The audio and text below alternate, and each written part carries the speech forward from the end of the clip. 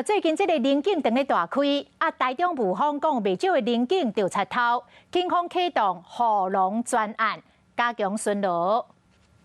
自行车骑士鬼鬼祟祟，手一挽着物件就随选。这是伫雾峰东南山区北坑产业道路发生头班林景的事件。游客伊拢顺手牵羊，伊家己乌多摆冻点，家己拗2拍3拍，伊扶就走去，伊走。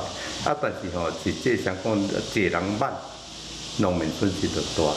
雾峰的林景真出名，最近多是升息期传出未少偷办林景的事件，警方嘛随启动护龙专案，和在地守望相助队做回来守护这个规矩。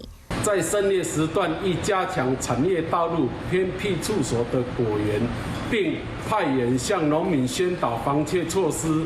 警方嘛呼吁民众经过果子园，千万唔通去偷办果子，若是用掠到，该要负起刑责的责任。观众朋友，有一件事情不知道你们做了吗？